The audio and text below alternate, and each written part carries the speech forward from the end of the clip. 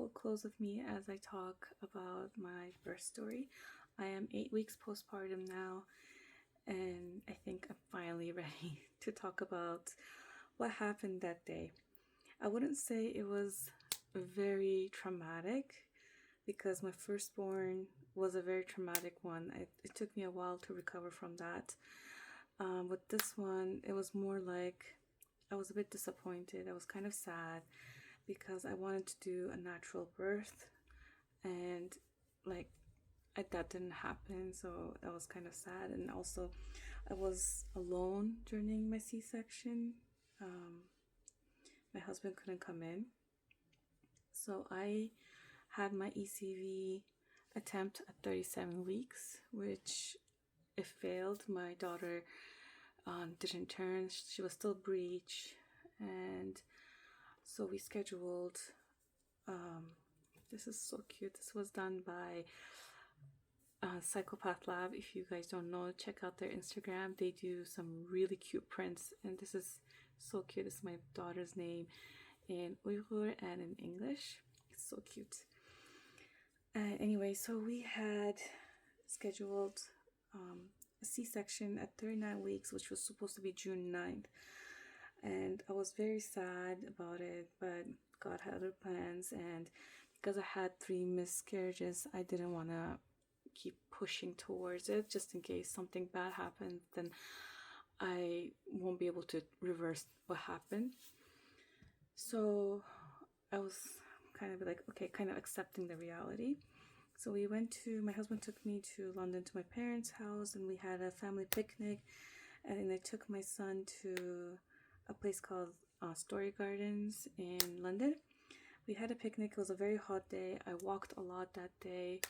And then we went home. We stopped by Walmart to grab some items for my son's lunch. And then I started to feel my first contractions, and it was very painful. And I was like, oh no.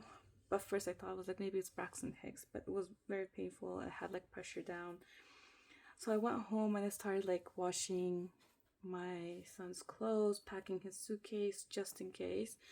And then I realized my contractions were becoming more and more intense, and they were getting closer apart. I called my midwife, and she's like, oh no, like you have to come in. You have to come in right away. Like, go to the labor and delivery. I'll be waiting for you.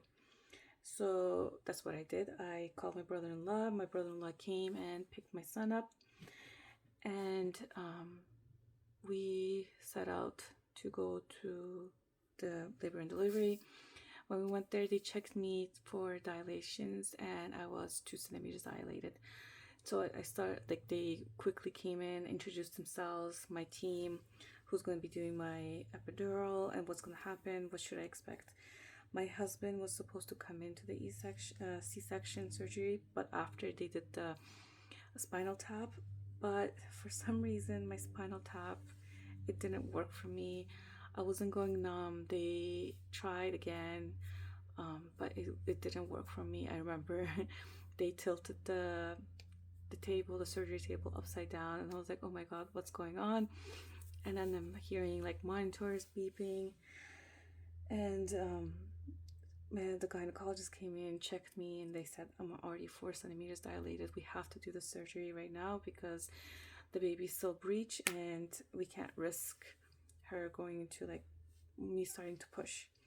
So they put me under, and then I don't know what happened, and then I woke up, and my husband's standing right beside my head, and he's holding the baby, and all I want to do was cry at that moment. But I have this thing where I try to not cry in front of other people, and I'm like holding my tears, and all I just wanted to do was cry because I missed the whole entire birth of my daughter, her first cries, and my husband couldn't clip the spinal cord, and I was very sad about it. And then they put her onto my chest. My midwife is there, and yeah, so they put me into my recovery room, and yeah, so I had her first feed there, and yeah, that will happen. And I was just the whole entire time I was thinking, I wish I could I wish I could give birth vaginally. Like, why did my body fail at that? And it even failed for the, like, with the spinal tap, it even failed at that. And I was kind of feeling very guilty, and still thinking about it, it was kind of hard for me to think about it. And I was hoping then to give natural birth, and I hope I can give it natural birth at least once, just so I experience it. Nothing is wrong with C-section. If you have to get it, you know. I just, my personal preference was that I want to give natural birth, and I was hoping for it as well.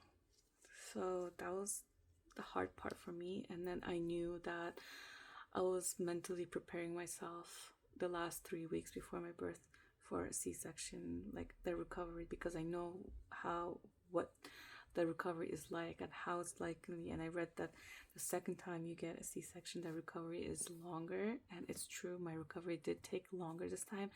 I don't know if it's because I'm not in my early 20s anymore. I'm 30 years old, and so the recovery is slower.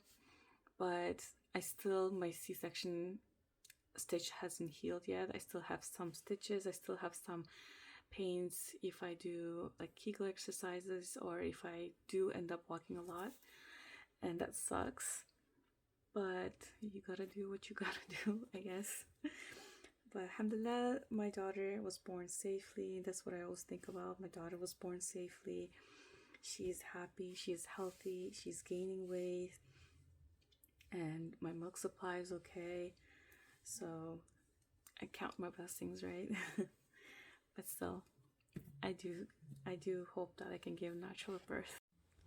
So that's my birth story. Thank you for listening. It's also my first time making a video like this. I was kind of nervous, but I also didn't want to show my face, and I was thinking, how can I make a video without showing my face but still talk about it? And then I saw a girl do this actually, and that's where I got my idea from. And I hope you guys like it, and if you guys want more videos like this, let me know. Thank you.